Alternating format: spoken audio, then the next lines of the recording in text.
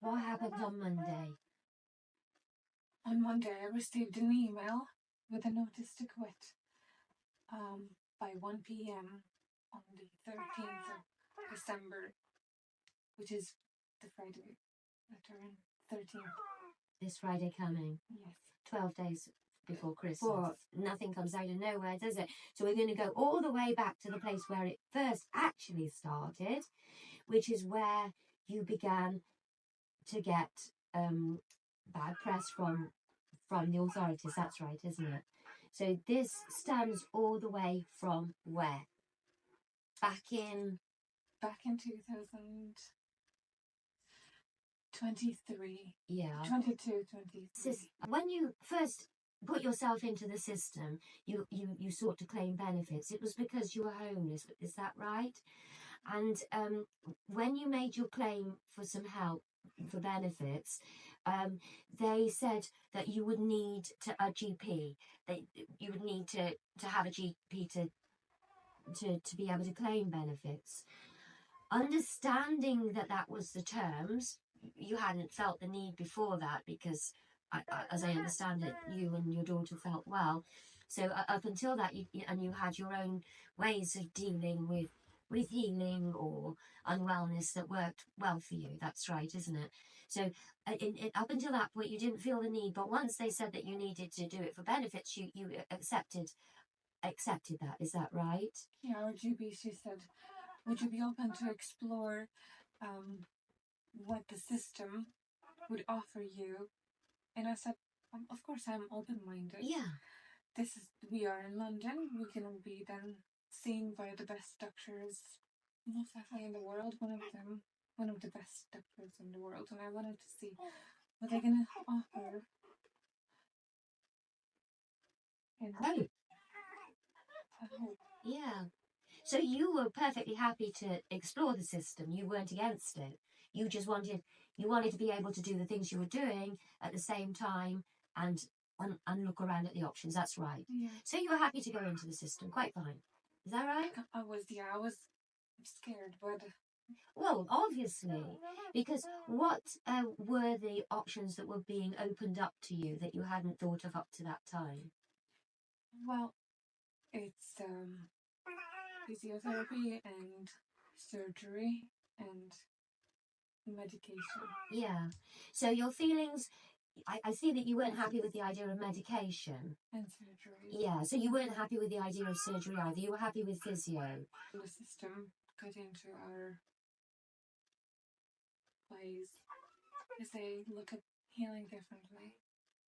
I wouldn't call it healing. Why was it a hard thing for you to take in the system? You know, what was pushing you away? Because the way they look at our healthcare is very masculine. It's not feminine and gentle. They want everything to be science-based. So you went initially to the GP, and then what happened after that? The first hospital we got referred to was UCLH in London. The UCLH, University College London Hospital. Right, yeah. And then from that hospital, we got referred to Royal Free Hospital and Great Ormond Street Hospital. Okay. So you'd been referred through. At this point, you were still happy enough, is that right? Yeah? You were still happy? I was happy with the UCLH. Yeah. The way doctor were speaking to us, and I was still open. At that time, I was still open to... Yeah. But then I know that an appointment happened that changed your mind about everything. That's right, isn't it? Yeah. Can you tell me about that appointment? Well, we saw a doctor in Royal Free Hospital where the appointment and the way she looked at us were not pleasant at all. Can you tell me, go into the room as if you're there at the moment. So you've gone into the room, and where's Mia with you? Mia was sitting in her wheelchair. They asked to undress her, but she had a playsuit on, so obviously I'm not going to take the whole thing off. We rolled on the trouser part, took off the socks, and then just for the doctor to look at her legs, feet and ankles. they didn't listen to me. That what we have already healed up until this point, which is nothing but I saved my daughter's life. Mm. And can you tell me how you saved your daughter's life? Can you talk to me about? well, when Amelia was 1 year old, doctors in Latvia discovered that she has a genetic and chronic kidney disease, and that they can't heal it. They have medication to regulate blood pressure that was meant for old people, and I never gave any recommended medication. So I took her off the system and went to alternative therapists, homeopaths, and we did a lot of things during that year, just before coming to England. And yeah, we came to England and we went into another hospital to check her kidneys. And at this appointment, they didn't give any diagnosis anymore. They just said she has many cysts, and that they wanted to do further checks, which I said no to. And we continued with our finding our own way of healing, and I was put on a completely different path. I discovered holistic healing. I further got qualified into other holistic therapies myself. So I did a lot of work, not just looking at Amelia, but on myself as well and our family. Yeah. And heal. See what was coming up. Yeah. It's a bit. So you found. Yeah. What you found was you found a way of healing for yourself. I know that. I mean, everyone can see that Mia is really healthy now. There's nothing wrong with her. She's very active. Yeah. She's very vocal. So my kids never had to learn about mortality and prognosis, short ones particularly, and people saying there's no hope for you unless if you have an operation. But Mia's had to hear that, and you've had to hear that constantly. Could you tell me how that feels and how you think that affects Mia too? Well, first of all, we understand that all this makes us stronger. So all this has nothing but made us stronger. But it's horrible. It's humiliating. It's just, yeah, I don't know. It's horrible. They've had you in a mindset that it's not progressive. You would only, wherever we go to appointments, they just, I feel like, put down, and it takes a couple of weeks to find love again, to find light, because all they do is bring darkness. And from that state of mind, you can never heal. No, you can't heal. So it's always attitude, isn't it? Healing is attitude. It's a mindset. Yeah. What changed? What happened when she was sitting on your lap, Mia? Tell me about how it felt to hold her there. Well, I was holding her in my lap at the Royal Free Hospital, where the doctor, she kind of felt that I'm lacking boundaries, so she wanted to go and undress her, and I felt uncomfortable. I just still lack boundaries, and because they come at you like they are the gods, that they can do whatever they want. So can they can manipulate the way into. And she was looking at the spine. Obviously, it was I think at that time she did have X-rays that her hip is dislocated, which would then mean that the spine wouldn't be straight if the hip is not straight. But that's not the case. Amelia's spine is straight. So they were looking at Mia and judging her all sides. So you felt judged. She felt judged, touched, uncomfortably. She was invaded. And did anyone ask to touch her before they touched her? They did. They did ask to touch her. But I didn't feel in a space to say no. So you couldn't have said no. No. But yeah, so they kind of invaded your ability to say no. Is that right? And Mia, was like, she was comfortable? What was her attitude of being? You know, like, how was she sitting? On her knees on my lap, facing me and showing the back to the doctor. So she was disempowered in the situation, and she was hiding herself in you. Is that right? Mm-hmm. And you were feeling equally invaded and judged as a mother. You told me that she used the word neglected. The doctor did. Yeah. And that you tried to comfort Mia, but when you said comforting words like she's perfect as she is, what happened? That was in Gordon Street. Oh, I'm sorry. Can you tell me that story, please? Yeah, we went into Gordon Street, and that was the hospital who said they could do surgery. They could also do a Bonsetti method, which is putting feet and ankles into casts, and every week they would change the cast and put the legs into better position. But I don't know how. That didn't sound something that I would be comfortable going forward. Yeah. It sounded like a lot of pain Yeah. as well, which they said it's painless. I don't believe that. No. And then with the surgery part, we were offered that they could do a surgery but wouldn't give any guarantees. At that appointment, Amelia was against it. Naked. It's humiliating. And I said to Amelia, well, while facing all these doctors, I think there were 4 or 5 people, medical staff in the room, not just a PT doctor. And one of those doctors, and I said to Amelia that you're perfect as you are, well, in this horrible situation. And one doctor giggled, like, how is she perfect? Obviously. Yeah, it was horrible. You felt very bad. That is terrible. And so whilst Mia was naked and you were trying to shield her and help her, a doctor giggled when you said she was perfect. And obviously the attitude was that she wasn't perfect, that she needed to change. Is that right? Mm. Yeah. I said before, we always... Oh, let's give you the stick.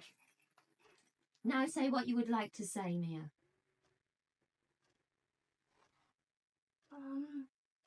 So again, there was this one moment, I don't remember which hospital it was at, but there was this lady, and we were at our appointment. I don't remember what happened, but I do remember this one moment. Mm. And we were like talking for a little bit, and then she goes up to me, like literally close to me, like this close. I was like, no pain, no gain. Like, are you kidding me? Yeah? And why did she think she could say that to you? I have no idea, but it's... No? Tell me how that feels, Mia. I can see you're very angry, and I want you to be able to get it out because it's terrible. It's like very offending. I don't really know what to say, but it's horrible. Well, I can tell you how I'd feel if someone that said that to me. I think that they didn't know what they were talking about. Perhaps they hadn't experienced what you have. Would you think that's fair? Can you say more than that? No, that's enough, is it? Yeah. That it just didn't even begin to understand what you have been through, right? Yeah. That's right. Well, that's not right, is it? Mm-hmm. When people talk to you, do you think they listen to you? No. No. Because even like, but they just don't understand, basically. No. Can you tell me what they don't understand? Because you just gave up, like, almost it was too much to tell me. It's like, how can I even explain? Yeah. Is that it? Yeah. Can you say more than that?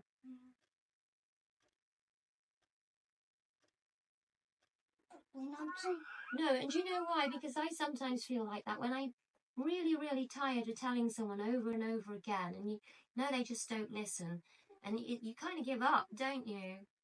Because you know they're not going to listen to you, and you know it's hardly worth wasting your breath, don't you? Yeah. Is that right?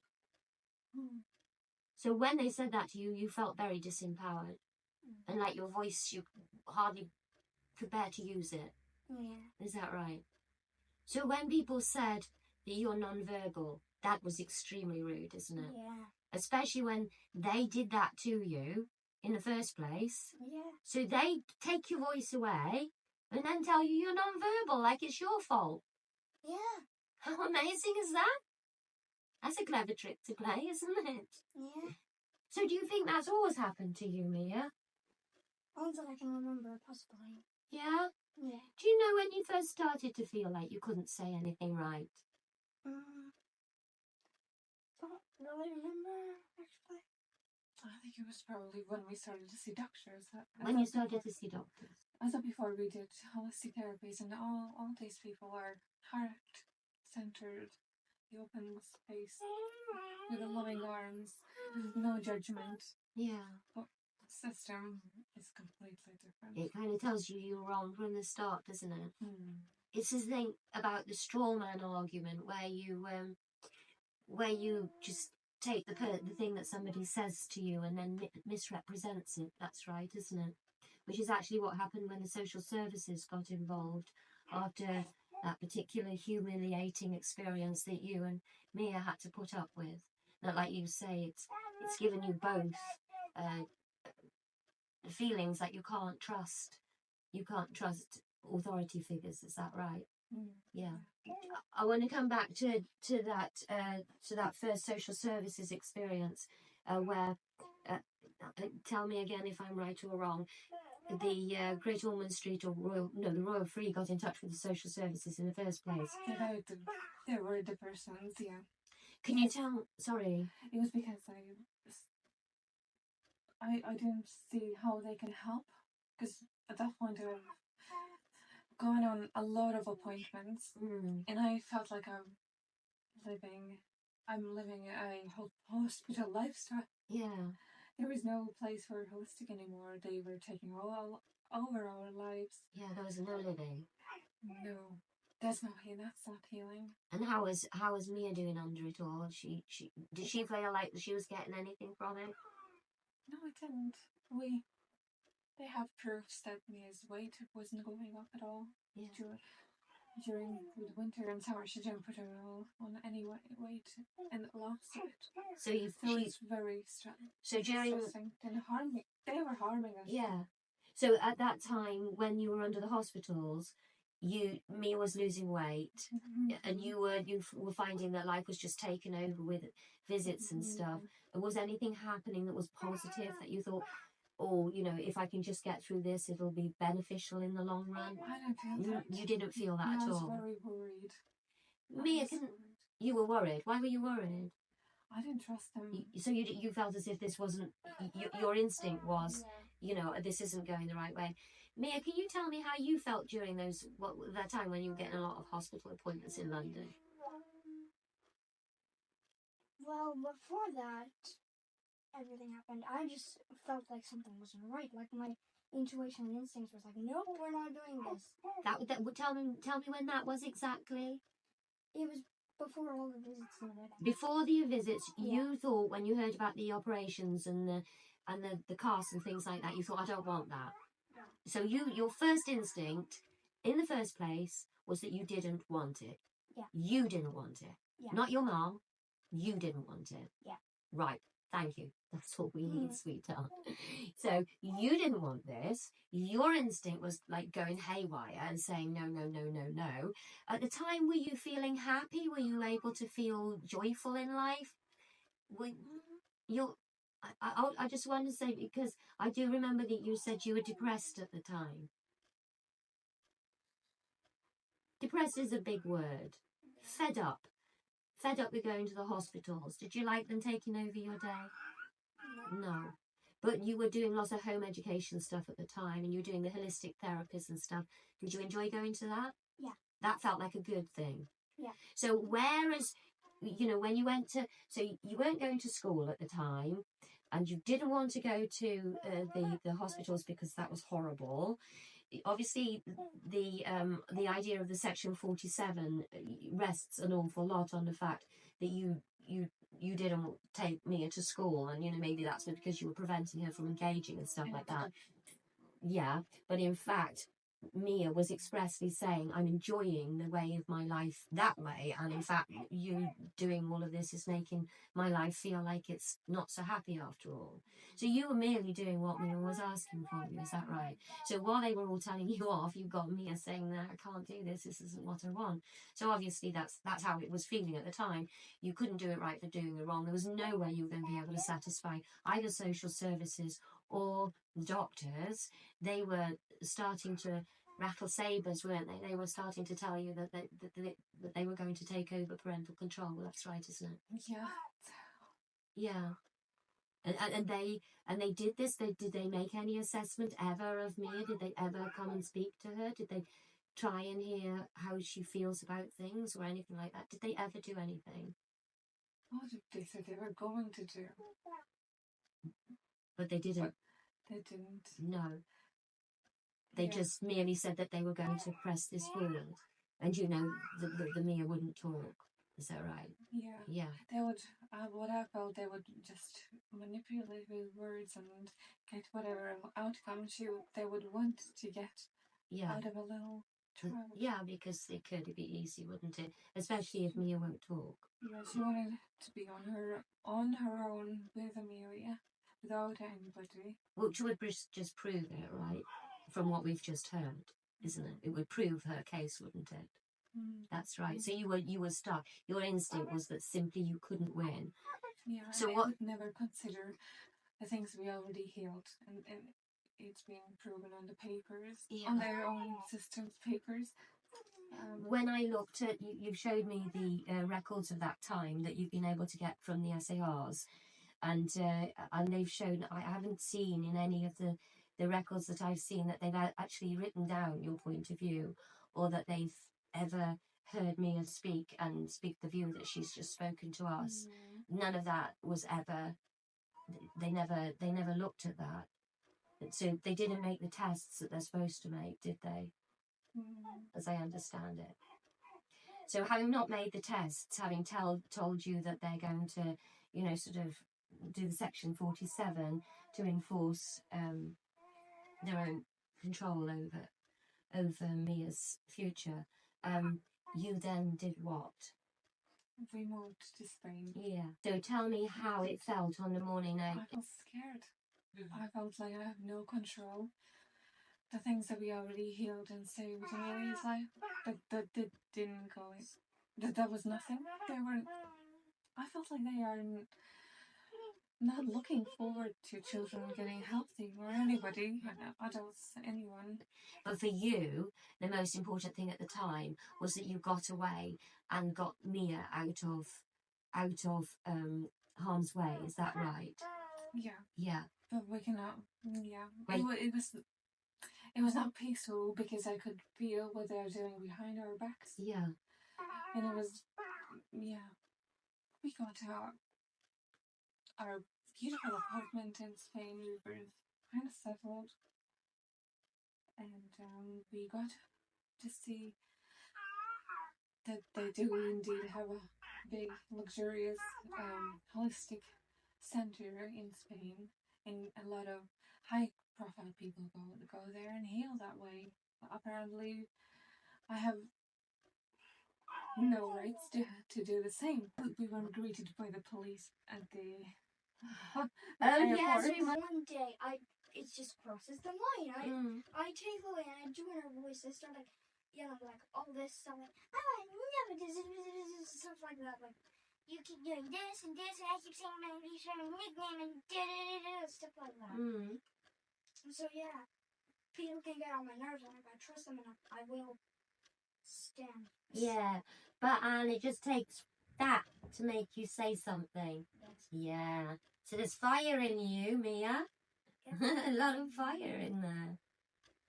Good for you. That's the way to do it, isn't it? Yeah, you come back. You're getting good. You're getting very strong, isn't she? Yeah. Yeah?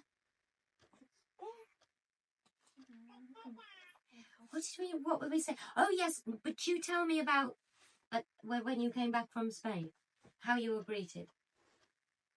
We were greeted by the police. Yeah. We were asked to going aside. And then I told everything that happened in London and what we did in Spain and the way we live. They had no issues with that. So they had issues with London. Why did they?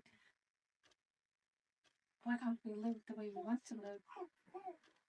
One of the things that's come to light since this all happened to you is the thing that's going on with Gosh at the moment, isn't it? That they've got this, they're having to go through some sort of review, aren't they? And that the people who have, or the children that have been through similar sort of experiences as what they were advising for Mia, you know, the ankle straightening surgery and all those kind of things, and a lot of the parents are now saying that in fact their children were very much harmed by the surgeries, and you know there's trouble, isn't there? And when you hear them talking, they're saying that they went through the system and their experiences have been whitewashed, and that their children have suffered not only physical but psychological harm, and that quite often that psychological harm, you know, like we were talking about, you know, sort of talking over Mia about things which, you know, we really don't need to talk about just now. It's like that is a sort of harm that has happened. That's exactly what you were trying to avoid when you ran away, wasn't it? That's what you felt in your gut. You could, or Mia could hope to experience, and you as a mother would have to feel guilty for afterwards, wasn't it? So they don't take any responsibility. No. So they didn't take any responsibility if they did do the operation, and obviously even though you were pushed, you know, into these circumstances, which meant that when by the time you got to where you are now, the social services were ready to continue saying that you were not a fit parent. Oh, they were back up, yeah. Yes, that was all because of the that view that has since been, you know, sort of being questioned now in this review in Great Ormond Street, the one they tried to push on you, the one that you really, really didn't want for your daughter, and as she quite rightly says, she didn't want for herself. So you took the other view. So whereas those parents stayed and had that treatment, I believe they didn't have any choice. They didn't have any choice. No choice. You took the choice that you could run, and yet you've suffered too, haven't you? And you still are fighting against this, because that even with this question over the treatment, the problem hasn't gone away, has it?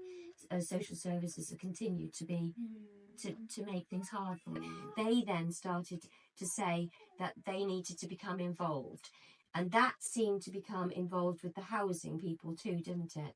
So it became part of one and the same thing. Is that right?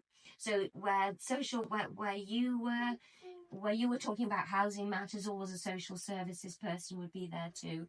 And you know, tell me about why that was necessary. You know, why were the social services still being involved at that stage? Tell me what they wanted from you.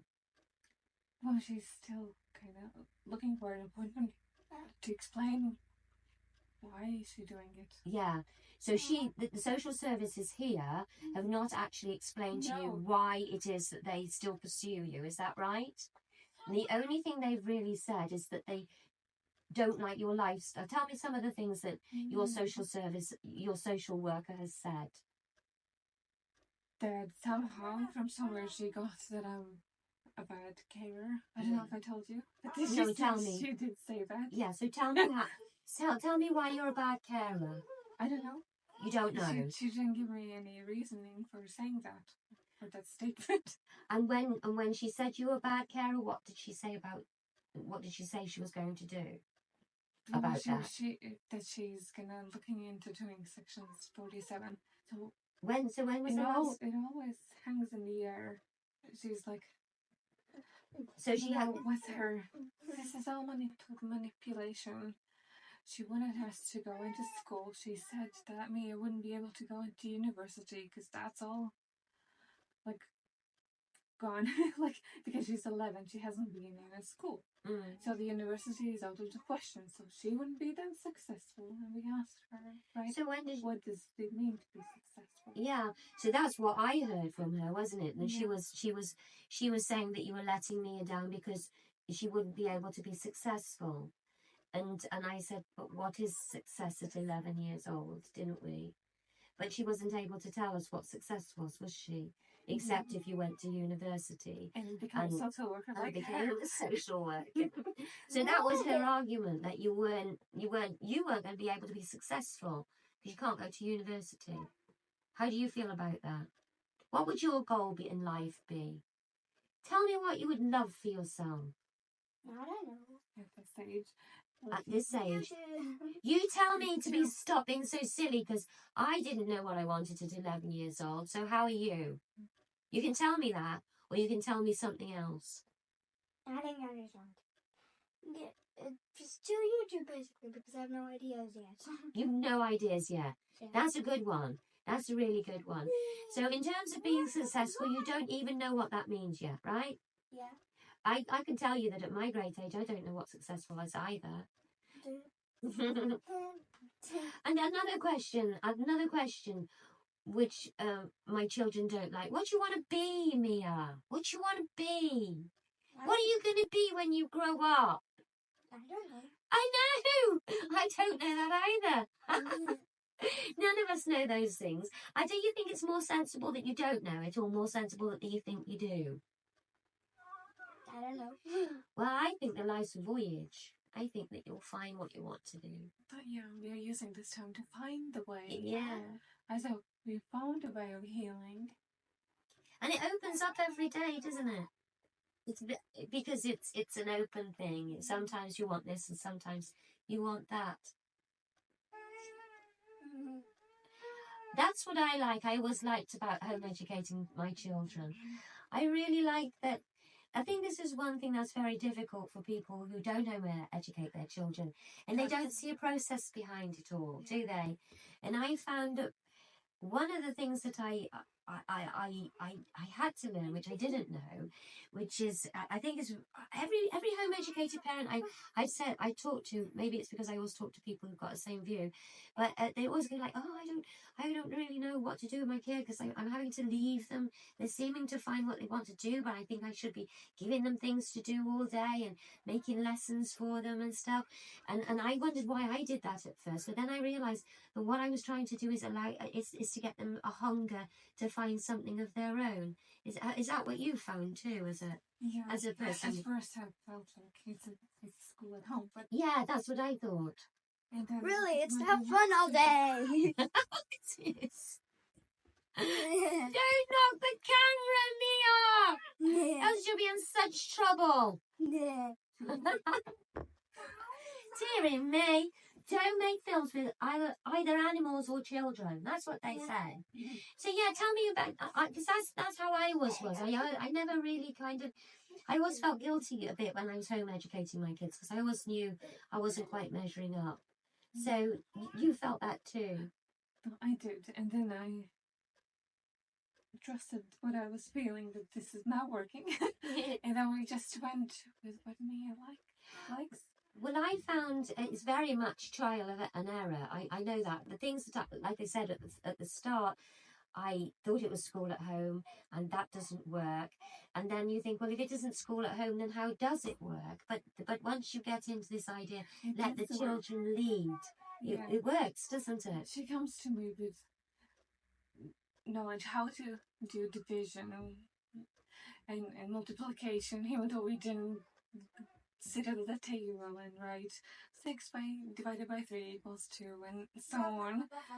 She just picks it up, because we don't live in a vacuum. No, that's it. This is everything. You don't need to sit at the table. No, it's the environment, isn't it? Yeah. It's life. Yeah. I always thought that it's just a natural instinct, because you're like a mother duck, and your kids are ducklings, and they just follow you, and you scratch at them, don't you? And they learn, don't they?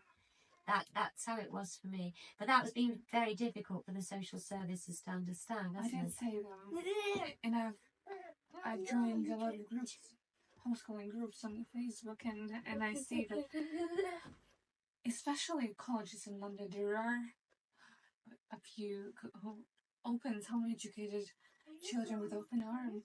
They accept them, and the exams are at the end of the day not as important. I got to say, you can do. I got to say that my own children have been home educated. To varying degrees each one, but it's not true that they can't get to university, because my kids have. So that's the first myth dispelled. So yeah. What? What did you say? Yeah, I demonstrated. He demonstrated. Oh, my toes cracked. I think it was when September, November. We only counted like how many days it was until Christmas. So I took the month. Right now, let's skip to September because I can't do a month if it's the month that Christmas is in. No. So we're gonna go to September. So I put November, December. That's 2 months. And let's say it's like the 15th of September, and then I count like 16, 17, 18, 19, 20, 21, 22. Stuff like that, and then I get the answer. So there's nothing wrong with your maths, is there? So you're all right with your maths? Yep. Because I didn't have enough fingers and toes for that one. I ran out. So that's the point, isn't it? It's the transferable skills that you get with the home educated children, isn't it? That's what I found, the transferable skills. Also motivated, self-motivated, because obviously you're asking them to lead, aren't you? So space and time to actually think by themselves. That's right. It's that you find your own solution, don't you? Which is important. Yes. In life. Yeah. So there's nothing lazy about this way of thinking, is there? To lead yourself and not look for other people guiding you. Find your own solutions. Yeah. One of the things that I found is really good for with home educated children is the idea of the teaching moment. You know, that you can come because your lessons are not regular. Oh my word! Because your lessons are not regulated. You can at that moment go, oh, this is a moment when I can really drive something home. It's just like, I've got no lessons, I haven't got to, like finish my lesson at 12 o'clock and go to lunch and do lunch duty or whatever it is. I can at this moment take this moment to make a really strong teaching moment. And that's what another strength like that by the home educated kids, really motivated. And also I think that what my children have found is that employers appreciate the different way of looking at things. They are very different children. They're also very different children. So that's us shilling the home educated view. There's nothing wrong with it. You did actually get a glowing report, didn't you? Truly glowing, wasn't it? It wasn't approved. It was truly glowing, wasn't it? Yeah. And also your GP has said that they totally support your present GP has said they totally, whereas the previous GP said you need to go to the Royal Free, etc. Yeah. The one that you have now is saying no, we prefer to live in peace. Yeah, live in peace together. They used that word, didn't they? Yeah. So having got the support of you've got both a glowing review from your previous educational authority, and you've got a glowing here. Both, yeah. Yeah, so 2. And you've also got the support of your GP that you may carry on as you are. That whatever they said in Southwark that you weren't okay, although that their own record said something different at the time, didn't it? It said that you were a loving and caring mother, didn't it? It just said that Mia was quiet, that was all, wasn't it? And from that came the myth that she was non-verbal, etc., didn't it? Which has followed you all the time since then by the doctors, is that right? But anyway, the doctor now is supportive of that, as are the educational authorities, and yet the section, your present social worker still quietly hangs the section 47 over you, even though you were told by the CAB that you don't meet the threshold. That's right, isn't it? They have actually no reason at all, do they? And then you got the notice to quit, didn't you? I did. Friday the 13th. Yes.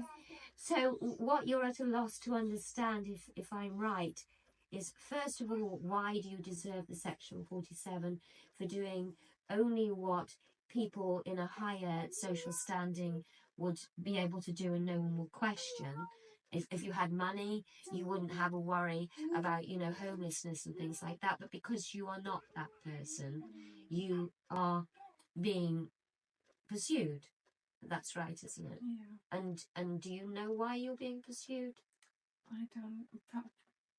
Probably they want everybody to be in the system and be controlled. So we are more of a free thinkers. Yes. And me is growing to be one as well. Yes. I think that's an issue. I think, I don't know. yeah, one of my things, I think, is that it's very hard. Well, when we met the social worker, for instance, and I realised that she just didn't have any understanding whatsoever of the Montessori style of education. She didn't understand its strengths, its weaknesses, because obviously it's not perfect any more than anything is. So, but you have an understanding of its strengths and weaknesses, but she didn't have any kind of understanding at all. And I found, with all the meetings I've attended with you, that people who have come into the meetings as authorities have generally not done their homework at all. I've not found anyone. Is that your experience, or is that just me? That people, no, they don't understand. No, they don't want to understand. And do you think, have you found anybody that's listened to your story from beginning to end yet? No. Just you. And maybe citizens' advice. Citizens' advice. I'll tell What you. do you think? I was sad about the citizens' advice, to be honest. Right. So you had contacted me the day before, on the 11th, didn't you? Concerned that you were being misrepresented constantly, and it was getting in the way of you getting a house, because whereas a lot of the people that you were with, they were getting houses much quicker, you were seeming to stagnate, weren't you? There was nothing happening, was there? So you're wondering whether one of the reasons might be that, maybe it was like cultural, or you like they were misunderstanding you. There was something about, you said to me that in Latvia, for instance, women hang back, that you're not assertive. And so you felt some of these things were getting in the way. Is that right? Can you talk a bit about that? Because I feel like they don't listen to me when I talk. Maybe that's because my English is not that great. Your English is brilliant. There's nothing wrong with you. But they don't, I feel like they don't listen. They don't hear me. No. So do you think they're seeing someone else? So yeah. Insofar as it's not you they're talking to exactly. You see what I mean? So when you felt that you couldn't quite get your point across, so you asked me to come with you and come and see you. Now, I didn't know where I was going, did I, on that day? You asked me to come. And in your previous places of sanctuary, you had been allowed to have those counsellors and visitors, is that right? So in your previous places of sanctuary, these things had been allowed. Even nanny. Yeah, and you'd also asked the day before if you might have an advocate and a counsellor with you. That's right, wasn't it?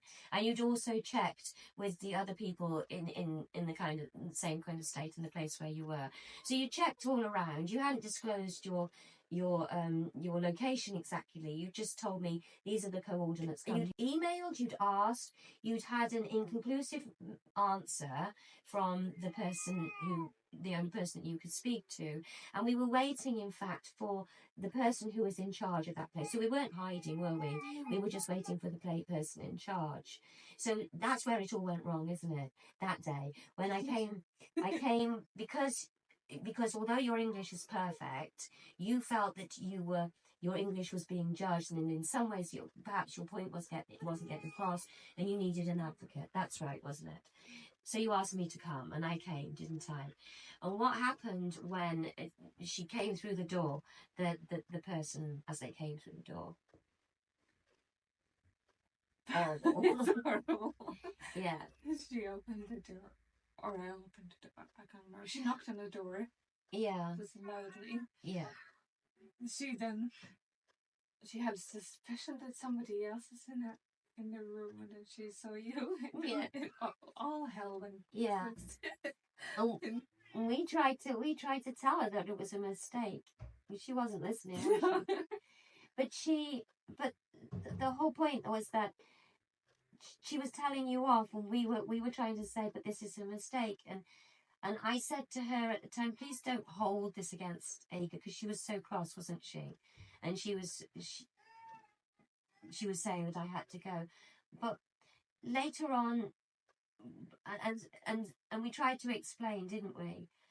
Yeah. But then later on, she got you in the room on your own. Is that right? Yeah, with another lady. So they both came into our private space. Yeah. And asked my views. What they were offering. Why was that not suitable? And I tried to explain on my own. Why is it not suitable for us, and what we are asking for? So they were saying, this was at the point where they were saying that you were being fussy about what you were being offered as a house. But had you actually been offered anything at that stage that you could have had? Yes. What was it? It was, should I say, an apartment. Yeah, you can say what it was. It was an apartment suitable for an adult disabled person. There was no outside space and no bathtub. Yeah. These are the things that we really need. So they were saying that you were being fussy, essentially. Yeah. So why did you feel that wasn't fussy? Because I was asking for the outside space, but if we go into another lockdown, Mia needs her outside space. Yeah. As of other people, they could go to parks easily. And the bathtub is another thing that we use for therapies. It's the night routine to get her relaxed is one of the things how we heal cerebral palsy at this stage. Yeah. So she really needs going forward. Yeah. Because for a while that's all been, I mean, one of the things the social workers are saying is that you don't have a stable place, but of course you don't have a stable place because you've not been given one. And one of the reasons why you've not been given a stable place is because they're arguing about the disability adjustments they need to make.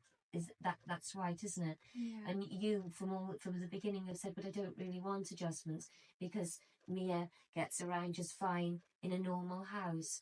And you wanted, because the stairs and things like that are good for her to walk up and down, to go up and down. These places are good to climb on to make her core strong. So all of these things, because she can't walk around in normal space like we do, because that's not how it's set up. It's like she needs a space of her own where she can be free to move without worrying. That's what it is. And without the home looking clinical. Yeah. I think that's the word. Another thing, you want the house not to look clinical, just like a home. So you just wanted for Mia that she would be brought up in a normal home with a normal kind of a setup, and they kind of said that you were being fussy. Yeah. On that afternoon. But in my view, the normal house is just a part of our therapy. Yeah. We do our own therapies, and the house is normal house is perfect. Yeah. For her to grow into a life without disability. Yeah. So I think they don't want. That's why I think they don't want us to be healthy. Can you explain that to me? A life without disability. I think that's a really important point. You want Mia to live a life without disability. Yeah, to heal it. So yeah. Yes. Explain that to me. Way, in her own time, with our therapies, because as in Spain, we already seen that the feet are straightening without surgeries and without casts. Mm. And well, I've seen Mia standing up. Yes. So for myself, I see you standing up. I see you going all over the place. I don't see a problem. But that's what they wouldn't listen. No, so they won't listen. They don't want that frame. So it feels like from your position that they simply don't want to hear the idea that Mia is healthy and that she is growing out of her disability, so to speak.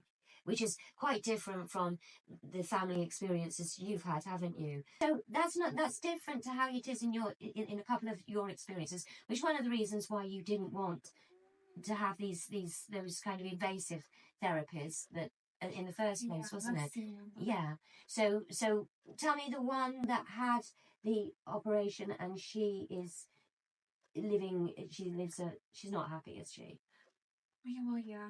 My cousin now is an adult, and I've been told that she doesn't want to continue with physiotherapy because she's just tired of living that lifestyle. They can't continue forever. I do see it as abusive.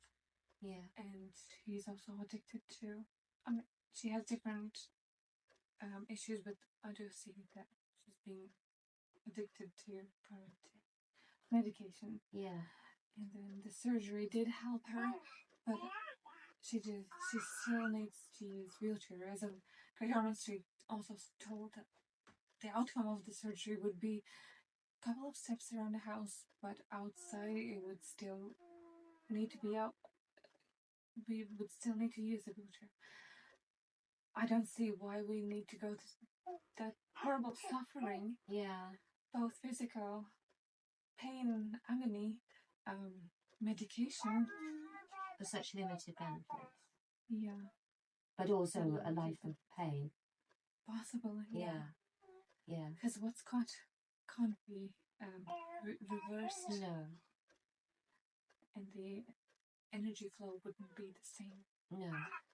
But they don't look that far. No, but that is the experience in any case of what some of those people who are complaining about the treatment of Great Ormond Street are saying themselves, isn't it? The parents, they're saying that my child is living in pain now because of these operations with not a great deal of benefits. They don't understand because they see it a different way. So that's one of the most important things, is because they can't see, because they haven't educated themselves in it. So that's the first thing. The second thing is that they were unkind and unnecessarily unkind. That's where we need to go back to, yeah. So we need to go back to the point where she said to you, so that was it. So you wanted to have the change, you didn't want to have any changes done. So they got you in that office in the afternoon on the 12th, didn't they? They got you, a reason they got you in the room, they were saying to you, why won't you accept this house? And you said, because of these various reasons, the apartment. And so what happened after they'd said that they said to you, oh, well, you're being difficult, you're... Yeah, they made me distressed. I did start to cry, and then she realized that it's going way too far, and she got herself out of the room. Yeah. And what happened later that evening? I did receive an email with a notice to quit. Right. So that day, if I can make it clear, you contacted me the previous day to ask for an advocate as a person with English as a second language, feeling unsupported. You tried to find out whether or not this was okay. You got inconclusive answers from the powers that be in that place. You got answers from the people who actually live there, said that it would be fine, and your previous experience said that it would be fine also. When she came into the room, she got very, very angry and said that you'd broken the rules. I asked that you wouldn't be blamed for this. Mia was sitting in distress on the bed, and she was closing her ears, and you were trying to explain yourself. I left because I was asked to. And then in the afternoon, they got you in a room and they told you that you were being difficult and not accepting the apartment that they'd offered to you. And then that night, you just got a notice to quit. Yeah, and also me explaining she turned around and made me to be abusive to her. Well, yeah. I was just explaining. Right. So you were abusive to her, and they never wanted to see the video that you'd taken. Oh, that was the thing. On the one where you got the receipt, the note, you did get the notice to quit, the extension from the 11th of November till the 11th of December. But what they did say also on that is if you behaved yourself, they would a rolling contract wouldn't be a problem. Is that right? I remember that as being part of it. That's what I remember anyway. I maybe made that up. Anyway, as I understand it, you were told on the, with regard to getting it extended from 11th of November to the 10th of December, it would nevertheless continue if your housing situation hadn't been sorted out.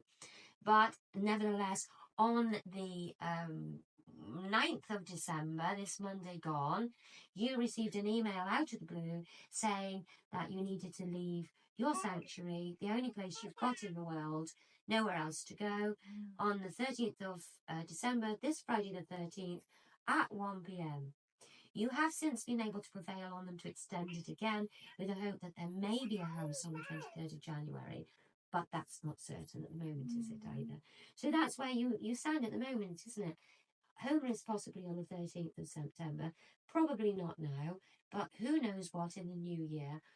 And Amia has proved to us that she's perfectly able to make her own decisions about whether or not she wants an operation. She's proved that she has a voice, and there is no case against you. You have satisfied your GP, and you have satisfied the education people, and so why does it carry on? So I think that's the question we need to leave the whole thing with, is why does this carry on? You've got terribly bored by this whole thing. Can I ask you to say one last word for me? I think it's to do with your boredom. I think you're sick to death of everyone explaining all this rubbish when all you want to do is live.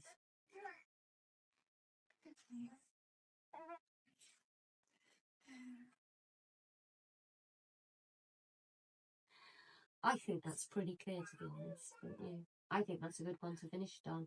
Because quite frankly, I'd be bored. I'd be using F words by now. You're a good girl, Hagar. You're beautiful. Oh, sweetheart. And Mia's been through so much. And it's not right. You turn it on because I might break it. Why did